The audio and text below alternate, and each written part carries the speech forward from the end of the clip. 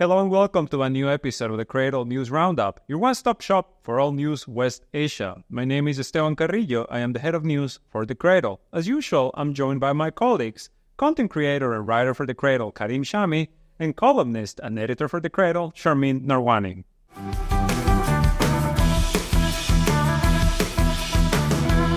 So today, day 213th since the start of the Israeli genocidal war in Gaza.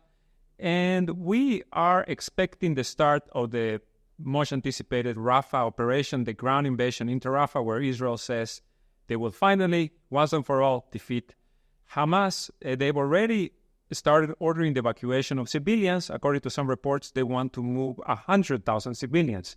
Never mind that there's about 1.5 million Palestinians currently in Rafah. The U.S. has continued to say there's really no clear plan for what's going to happen to the civilians, but Israel is going full steam ahead as ceasefire talks have apparently fallen apart. Now, one of the reasons why Israel has started to order the evacuation, they say, is a rocket attack, well, actually a missile attack yesterday at the Karem Abu Salem crossing by the Qassam brigades that killed 4 Israeli soldiers and Egyptian media said caused an impasse in negotiations. In response to the evacuation call, Hamas officials told Reuters that this would be a dangerous escalation that will have consequences.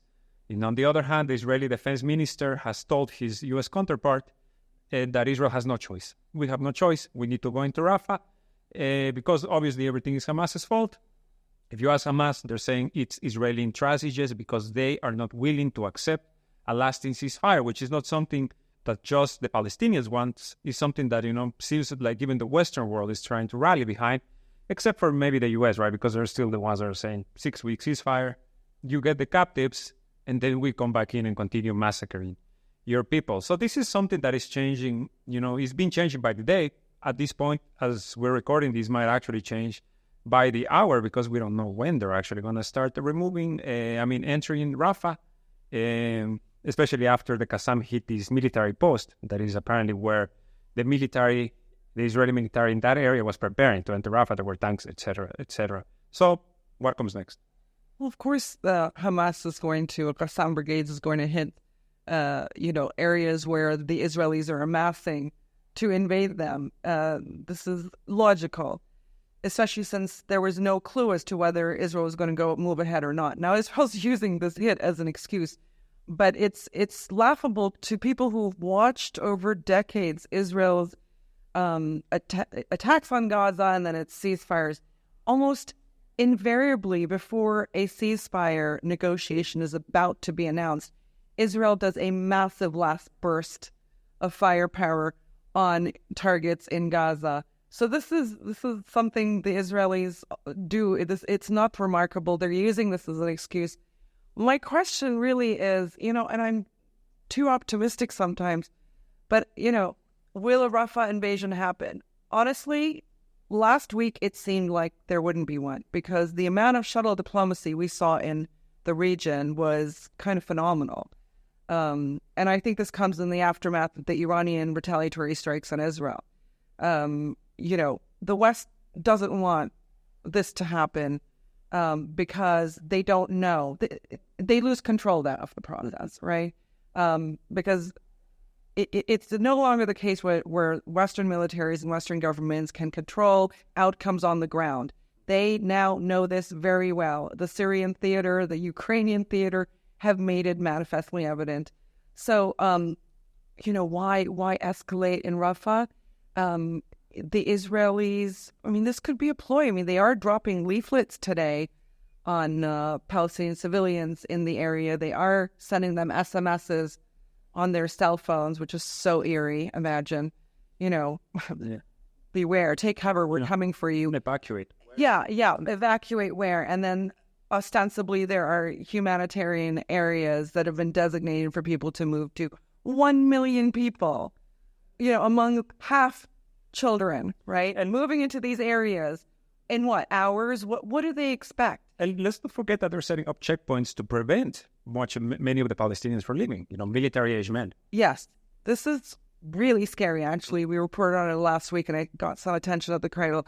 The fact that they are setting up checkpoints to remove civilians from Rafah, so that they can avoid a wholesale massacre, supposedly, but not the men. Mm-hmm. They're letting women and children through, but not the men. What does that essentially tell you? No, men, stay back. We're going to take you out. Well, what does military age mean, too, Because they don't specify. They can be, as old as... Well, I assume it starts in the teens, and I assume it goes well into the 40s. That's like wiping out, a significant part of the population. Men are half the population of Gaza. I don't know how this has sort of slipped by a lot of mainstream media. It's a horrendous thing. It really is the kind of things you would imagine would happen in a lead up to a genocide. But I'll tell you that the whole Rafah thing is kind of interesting. Yeah, this is why I'm like a little bit not so sure if this is like a bluff by the Israelis or not, because look at the escalation in U.S. universities. Look at the outrage around the world. Look at the demonstrations every week that don't stop and only grow in number. Look at the global discourse. Look at the language of world leaders and global South leaders, which the West is very afraid they've been losing since the Ukraine war, A Rafah invasion where you cannot calculate an outcome and you don't know how your adversaries, not just Hamas and Palestinian Islamic Jihad, but the entire resistance axis will respond. As we inch closer every day to a very contentious U.S. elections, seems like a recipe for disaster for the Americans. So is this a scenario in which the Israelis are basically ignoring the American demands? That's a question that needs to be answered. We may not know now in the days ahead, but eventually we're going to see, I think, a divergence of views there, and the Israelis, led by Netanyahu and right-wing government, are likely to, as the mess they've made since October 7th, deepens. They have only shown us that they double down. Mm-hmm. Exactly. So, speaking about this shuttle diplomacy, we said a few minutes ago, a Hamas official, Musa Abu Marzouk, spoke with the New York Times. He said that at one point they were very close, the two sides, on a ceasefire, and he says Netanyahu's narrow-mindedness aborted an agreement. And then an Israeli official, also speaking to the New York Times, corroborated this. Yes, we were close to a deal, but that the statements by Netanyahu had compelled Hamas to harden his demands. What are the demands? The main demand is a permanent ceasefire to the war, and we know Benjamin Netanyahu has been completely opposed to this during Antony Blinken's, I want to say it was his 7th trip to the region last week. Netanyahu told them it's not conditional. Rafah is not conditional. So you have U.S. officials, you have officials from the entire West coming and being like, let's get a ceasefire, please don't go into Rafah, et cetera, et cetera. And then you have the Israeli officials just repeatedly coming out and saying, we will go into Rafah, we will for sure going to Rafah. And there's even these reports in Israeli media that Netanyahu is convinced that he could be reelected because, and this is something that Blinken also said over the weekend, he said that you need to understand that the Israeli position, that Netanyahu's handling of Gaza is a reflection of a majority of the Israeli public, what they support. So maybe the Israeli public is protesting because Netanyahu is not getting the captives. That doesn't mean that they want to see an end to the what was happening in Gaza. It just means that we don't like Netanyahu that much. We don't like that he hasn't gotten our captives. Let's stop this for a bit. Let's get the captives, and then let's just go and pummel this country, this territory, because that's what the Israelis want. And Netanyahu is actually, he's like standing on the side of his borders. He's standing on the side of his base. And Israel could go full on provincial over this. What's that expression? Battens down. Literally, because if he's playing to his provinces, right? If he's playing to his constituents, why would he listen to the Americans? That's the worst thing for him, possibly, right? So he can literally isolate Israel even more in this process, okay? and go it alone, which means there was a report somewhere today I saw that an arms shipment, a U.S. arms shipment, had been stopped to Israel. Axios said it. Axios said it, yeah. What does that mean? Are these pressure points and levers? The Americans just aren't brave enough to tackle the Israelis head on because of the Israel lobby in the States and how much that has altered the ability to criticize Israel, as we see all the time in the U.S. now. But if Netanyahu goes that way and basically ignores the American demands, we might start to see more signs of this kind of thing. But the U.S. will never fully extricate itself from the situation. It's unable to. Israel is so fundamental to both domestic and foreign policy that it won't be able to, certainly not in time for the elections. And now in the U.S. you have, there was a tweet I saw where you had, pro-Palestine demonstrators faced off with pro-Israel demonstrators, both of them screaming at Joe Biden. We now see a massive, an unusual circumstance in the States where a large group of, on both sides, Democrats and Republicans, are likely not to vote for Joe Biden on this issue. So Israel's Netanyahu going on his own in Rafah is sinking Joe Biden's reelection for sure, and tying the hands of really the entire administration. There's lack of actions from the U.S., even though if they want to stop or prevent the war or entering the Rafah, of course, because of AIPAC. And most of the congressmen, they came into power because of the funding of AIPAC and the propaganda of AIPAC. So I don't think anybody will try to like... And all members of Congress are up for re-election this election. Yeah, 100%. Yeah. And even Joe Biden, if you go to the website, I think Joe Biden he received the most money from AIPAC, which was $5.2 million. Just to be elected, is just for his campaign. This was for his campaign when he was in the Congress. It's not when he became a president. And I want to point out that currently Israel and Saudi Arabia are so much similar, because here in Lebanon, the Gulf states, you can't criticize Saudi Arabia. Everybody will try to get you. And now the same thing is happening in the United States. You can't criticize the United States if you are a U.S. citizen, but you can't criticize Israel. You will get sanctions. Remember what happened a couple of years ago? They forced a minister to resign because he criticized them. He criticized the war, not even the war, and he was polite. So coming to your point about AIPAC, I just want to bring this up, that last week Congress voted to make the definition of anti-Semitism to include not just criticism of Israel, but even the Bible, where the Bible says that, the Jews killed Jesus. You can't say that anymore because this is something that is drafted by AIPAC, essentially.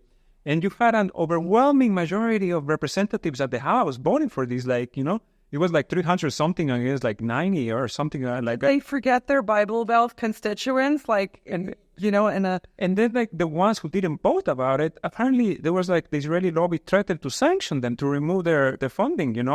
This is insane. I think this is beautiful, by the way. I think this is absolutely magnificent. I think what's happening now will show the God knows how many percentage of Americans who are completely unaware exactly how much a foreign country controls the policies of the United States, including domestic policies, because this censorship is for Americans, okay? This bill that was passed directly impacts Americans. It doesn't impact people around the world. You can get arrested, I guess, if you read from the New Testament. They outlaw the New Testament from the Bible. So can you just see what's it called, protesters on this, standing on street corners saying the Jews conspired to kill Christ, to defy the bad. I mean, what are they? Do they not think of the consequences of their policies? It's become nobody can ignore this anymore. And for sure, the it's not even pro-Palestine voices now. There's a whole different kind of American that is rallied towards that side because they're seeing, the suppression of their freedoms and the removal of their freedoms incrementally, and eyes are opening. So they're doing this right before elections. I'm so excited. It is exciting times because everything is just unprecedented. Now, just let's go back a bit about this, about Netanyahu, right? Like he's trying to please his masters outside, like his masters inside as well. And I think when it comes to the to Israel itself, I think he knows what would happen if he turns on his borders or on the Israeli people. If he all of a sudden decides not to enter Rafah, he knows he's done, finished. And when it comes to the outside, when it comes to the U.S., it's, even this ban, this holding of a shipment of munitions to Israel, it seems so weak, right? Such like a small thing, like the very minimum. And they say these big things. The Secretary General of the UN says that the Rafah assault would put the final nail in the coffin for humanitarian aid for Gaza. Ursula von der Leyen, one of the, I'd rather not continue that sentence, she said that it would be completely unacceptable for Israel to attack Rafah. And 26 foreign ministers from the EU also called on Netanyahu not to go ahead with the offensive. So you have all of this pressure. So the point I'm trying to make is, you have all of this pressure, but then if Netanyahu says, you know what, screw you, I am going into Rafah, I think it's because he knows that after that, it isn't really going to be consequences for him, as opposed to if he stops the invasion and then Israel goes up in flames. If Netanyahu goes into Rafah, he will please many of his constituents, and he will further isolate Israel internationally because, there is another side to this. Israel has an adversary or many in the regions, and they're not sitting inactive. And one of the most interesting developments last week, out of the blue, Ansarullah, the Yemeni resistance movement, who controls the government in Sana'a, announced their fourth phase of escalation. We haven't kind of heard about the Yemen situation for a while. Initially there was this huge thrust of media coverage on the coalitions that would go in to block the Yemeni efforts to blockade the Red Sea, etc. It got really quiet, and we will tell you why it got quiet, because one by one coalition members are saying, this is a dud, mission failed, we can keep going, nothing's going to change. But Yemen came out last week and announced the fourth stage of escalation, which was, we are now expanding our operational theater, which so far included the Red Sea, the Gulf of Aden, then the Indian Ocean, okay? We're now expanding it to the Mediterranean Sea. The blockade of the Red Sea initially was to stop Israeli shipments or Israeli-linked shipments or Israeli destined shipments from traveling through the Red Sea up through the Suez Canal to Israel, right? When that happened, Israel-destined ships started to go the long route, okay, which was like through the Indian Ocean, down around the Cape of Goodwill in South Africa, up the western side of Africa, into the Mediterranean, right, between North Africa and Europe, to Israeli ports on its western coast. So then Yemen went into the Indian Ocean to blockade this. So not only will Yemen now target ships delivering goods to Israel from the Mediterranean route, but Ansarullah also said, if Israel invades Rafah, we will expand this exponentially so that anyone delivering goods, any ships or companies delivering goods to Israel from that route, will now be targets for us in our other operational theaters, the Indian Ocean, the Gulf of Aden, the Red Sea, even though their destination is not Israel. You can imagine the horror of countries who run shipping through these waters.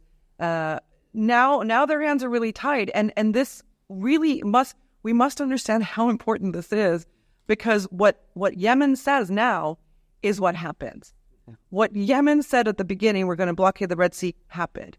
What Yemen said, we're going to target and shut down Israel's Eilat port in the south of Israel, when it happened. When it said we're going to target ships destined for Israel in the Indian Ocean, it happened. Now they're going to target any ships and companies that are delivering goods to Israel, even if they're not, that shipment is not Israel destined. And this is particularly horrific because after months now of the coalition, the US-UK-led coalition to stop Yemen's successful maritime operations, we now see many of these European countries or little straggly coalition members saying, Yeah. It's not possible. Just to add a bit to what you said about the Yemen escalatory actions, it's they've been consistent. First of all, they say if Israel does this, we're gonna do this. It's always been like that, and now they're saying Rafah. But yes, in the Red Sea right now there are two Western missions. There's the U.S. Operation Prosperity Guardian, which is leading this illegal air war on Yemen, and there's also the EU Aspides mission. Aspides is the Greek word for shield, apparently. And it's this one that is really falling apart. Der Spiegel had over the weekend comments from Greek Rear Admiral Basileios Griparis. He's the operational commander of the Aspides mission, and he apparently went to Brussels last week, and he warned officials that after the German frigate Hessen leaves the Red Sea, which it left a few days ago after essentially, saying enough is enough, we're not achieving anything, we run out of weapons, we run out of missiles, we need to go back.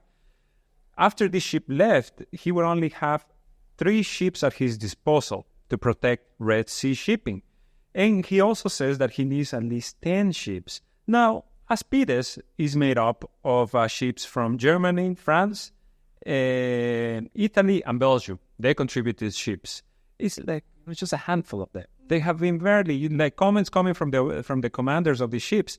They say Yemeni attacks are non-stop. We have never seen anything like this. This is unprecedented. They can launch attacks within seconds. We need to be ready within seconds.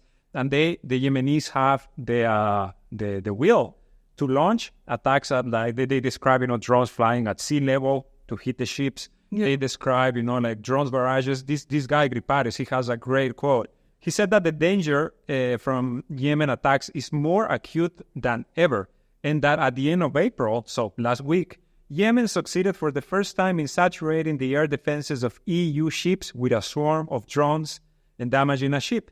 And he says, we can deal with drones, but a swarm of drones, even the most powerful systems eventually give up. And this is also what we've been seeing with Operation Prosperity Guardian, which is the U.S.-led one, which is, they keep getting attacked, nothing changes, to the point that Tim Lenderking, the special envoy for Yemen, he said a couple of months ago, we need a diplomatic solution because the military solution has failed. Which explains the Western media hush-hush on what's going on in Yemen, because there's nothing good to report.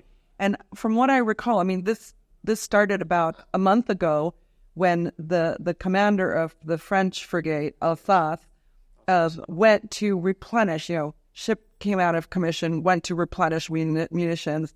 And he had a really good quote. He said, "We didn't necessarily expect this level of threat. There was an uninhibited violence that was quite surprising and very significant. The Yemenis do not hesitate to use drones that fly at water level to explode them on commercial ships and to fire ballistic missiles." He said this to Le Figaro. So, that was the first hint we got that something was amiss. Yeah. And now it's just this weekly now, the commanders of different national navies now complain the same thing. What are they going to do if Yemen hits the Mediterranean Sea? That will happen with missiles, not slow-moving drones. Exactly. Right? And Yemen has hypersonic missiles, we learned late last year. Yeah, I think they are also capable of sending drones, because they have a drone which is called Samad. It has a range of 2,500 kilometers, and they have, of course, missiles that reach this distance.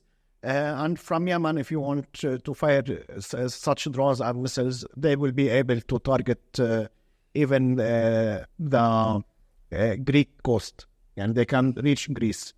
That's one. And second, we have to always remind people that these coalitions in the Red Sea are there to protect Israel. They are not doing anything else. Yemenis, they don't pirate ships. They are not like the Somalis, because some news outlets they like to portray them like this. They solely, as we said, they target Israeli ships or Israeli-linked ships. And just 2 days ago, they released this statement, which is the fourth statement, and it was released after 7 months. So they are really calculating what they are doing, and they know what they are doing. And according to Kiel's Institute, it's a think tank based in Germany, they are saying that at present, around 40 container ships still sail through the Red Sea every day, compared to an average of 1 over 100 ships last year. So these numbers tells us the effectiveness of Ansarullah operations. And none of them were destined for Israel. Yeah, of course they are. Yani, as we said it in previous episodes, if you are a company not destined for Israel and you put no contact Israel on your navigation, nobody will touch you.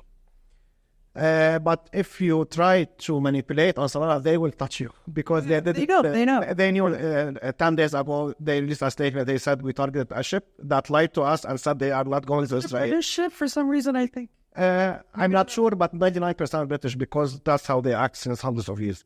So, and according to the U.S. Energy Information, we often talk about container ships, but we also have to know the importance of this strait or of the Red Sea to the energy sector in the world. According to the U.S. Energy Information Administration, around 7 million barrels of crude oil or other petroleum products pass through the Red Sea. That's around 7 to 8% of the world consumption of crude oil and around 12% of total seaborne trade. So currently, Ansarullah, they are focusing on targeting big cargo ships. If they're maybe after 8-9 months, if this expands, maybe their fifth statement will be fully targeting these ships.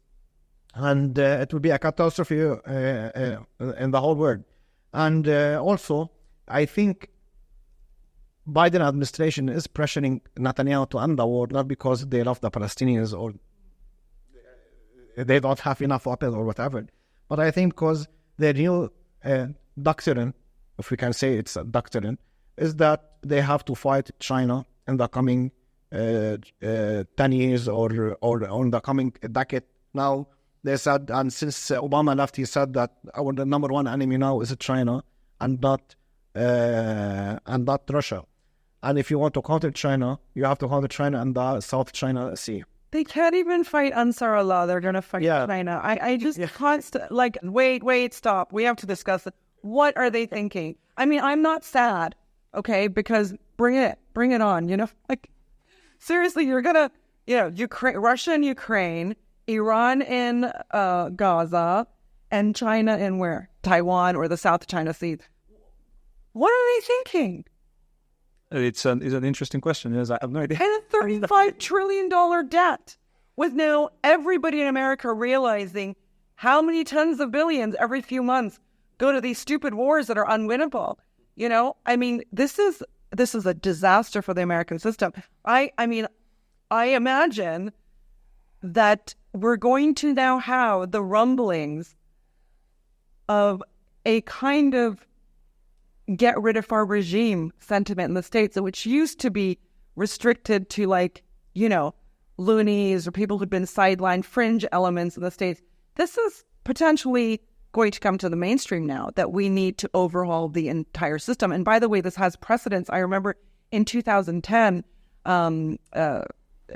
gentleman who worked for Colin Powell was telling me that there just been, like, I think it was Aspen or something, meeting of like all the former U.S. defense secretaries and secretaries of states and whatever, like all the top brass in America, current and past, who had talked about their system being broken. This is in 2010, okay? The system being irrevocably broken, and there's no way to fix it. So everything's coming to a head over Gaza. I mean, the miscalculations are astounding to me. Just to this idea, right? Because let's remember what happened last week as well when Matt Gaetz was questioning Defense Secretary Lloyd Austin in Congress, and he asked them about the Gaza pier that the U.S. troops are building, and he asked them, do the U.S. troops have the authority to fire back if they're attacked? And Austin says, of course, they will be armed, they will have the authority. And then Gaetz presses him, and he's like, wait, but Biden said no boots on the ground in Gaza. If we are going to have U.S. troops possibly coming under fire and they have already the authority to fire back, doesn't that mean boots on the ground? And Lloyd Austin, of course, with the classic U.S. official double talk, he says, no, it doesn't mean boots on the ground. And then, it's just this big question of what the hell does boots on the ground even mean then? And that's not even to, mention, again, Yemen, where the Yemeni government over the weekend announced that they foiled U.S. and Israeli spies in Yemen. And we know there are U.S. troops in Yemen, located inside Yemen, either in Socotra Island or in mainland Yemen. On top of what's happening in the Red Sea with all of these ships, if Ansar Allah expands to the Mediterranean, we're going to see more U.S. ships going to the Mediterranean because now they're going to have to police every single waterway. I loved the Lloyd Austin testimony. I mean, it was funny.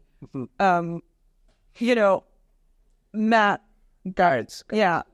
Also asked him about the F-35s, which was just a favorite moment for me because, the Americans are constantly trying to defend their $100 million, rubbish plane that falls into... Paperweights. Yeah, well, this is it. And you have Lloyd Austin saying, no, sir, the F-35 is not a paperweight. What? After the congressman cites to him naval documentation saying that only 29% of the F-35 fighter jets are mission capable. And then Austin goes, no, the F-35s are not paperweight. I wouldn't characterize it as a paperweight. Yeah, it was fantastic. But, to your point about the U.S. pier in Gaza, we actually, at the Cradle, learned about this U.S. pier project 2 weeks before the Americans announced it.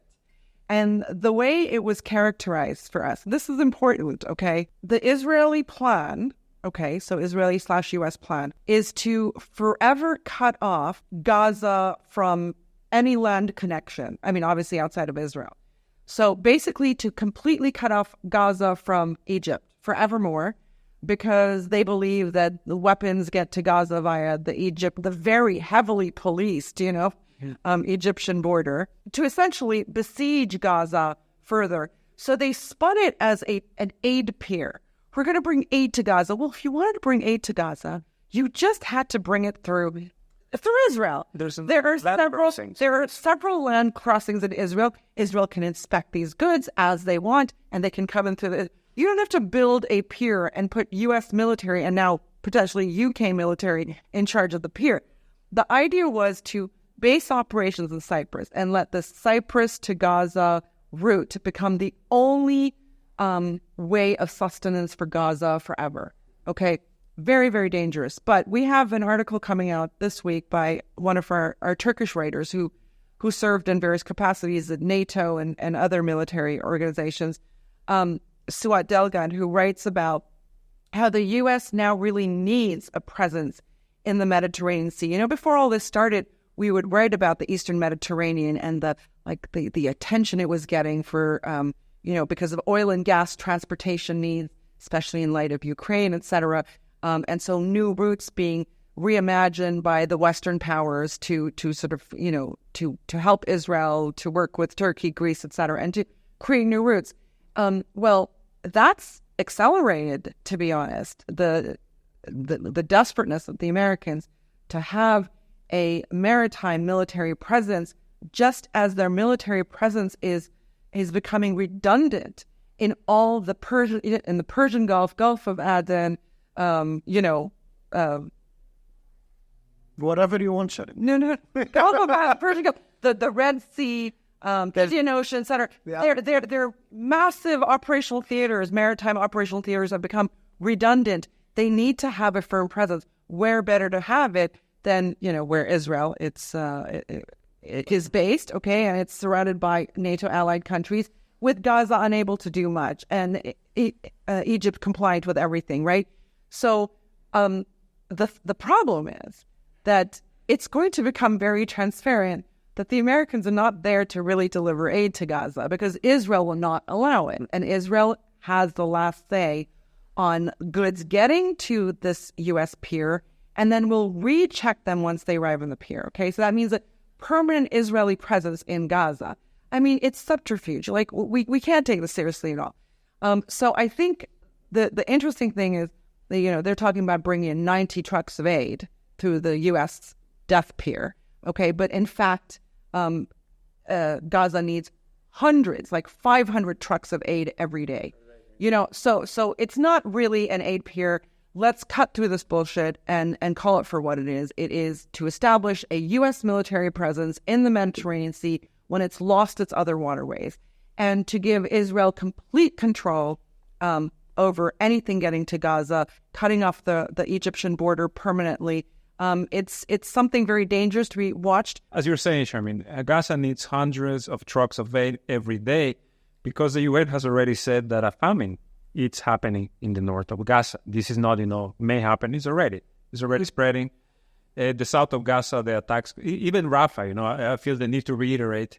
We talk about the coming invasion of Gaza, of Rafah, as if Rafah is not already under siege, under bombardment, hundreds of people killed.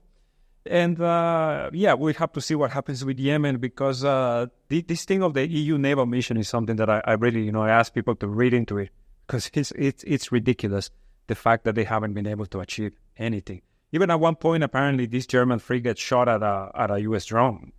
I just found this out. They shot at a U.S. Friendly fire. Yeah, friendly fire. Just like the Israelis. Because they are always on the offense, they were never defending. And these countries, since hundreds of years, including the Dutch, they were present in many countries before the British, and then the British, the French, and of course the United States. They're always on the offense. They attack, they conquer, they go inside poor countries, but now they are in the position of defending. So this is very significant. In this meeting that we were talking about with the commander of the EU mission, that only Belgium and the Netherlands say that they may be willing to give more warships to this, failed effort in the Red Sea. And as far as the German frigate that left, the replacement is not expected until August. So what are they even doing? And the Americans just asked the EU to come up with another $50 billion of aid for Ukraine. Seriously, they're sucking these countries dry. I have to protect the democracy. Oh my God, democracy is so important. Democracy is very expensive. Very, very, very see it in the U.S. Yeah, I remembered when Bush said that we fight for democracy and we fight for other nations' democracy. So this is very present in Gaza and Saudi Arabia and other countries. But it all comes down to what, the ceasefire negotiations, what was Hamas actually demanding that was so outrageous? It was a permanent ceasefire. It was immediate access to humanitarian aid. It was the removal of Israeli troops, occupation soldiers from Gaza, and something else that was interesting.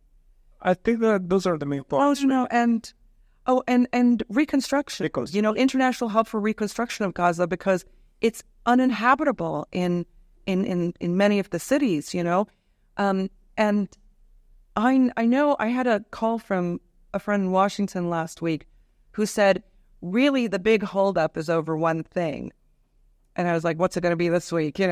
But he said something which I think is interesting and probably very likely. He said Hamas was demanding a guarantor, okay? A guarantor who would guarantee that Israel complied with its end of the bargain, because every single ceasefire, and I've written about these over Gaza, has ended with a ceasefire agreement, which the Israelis have never complied with and always violated. So in this case, it's very reasonable to say we need a guarantor. The U.S. is not willing to step up and be guarantor and tame Israel and hold it back. Then we're going to have other countries do so. And the most obvious ones who can maybe, stand up, like major powers, are the Russians and the Chinese again, because they have some clout. They have leverage. The British and the French are useless at this point, True. If Israel attacks Rafah, it's because the Americans couldn't guarantee this deal or refused to guarantee this deal. Whose fault is this? Certainly not Hamas's. And this is exactly what, these Hamas official, an Israeli official who spoke with the New York Times, the one I mentioned a few minutes ago, he said exactly this thing, that they were asking, Hamas was asking for guarantees that Israel would follow through with the deal. And we know, as you said, through history, that they do not. But I think maybe we can stop there for this week. We thank you so much for joining us. Please make sure to leave a like, to subscribe, to follow us on X, on Instagram, and on Telegram. And if you're feeling generous, please leave a donation on our Patreon. You will find the articles we discussed this week in the description below. For the Cradle News Roundup, my name is Esteban Carrillo. I have been joined by Karim Shami and Sharmeen Narwani.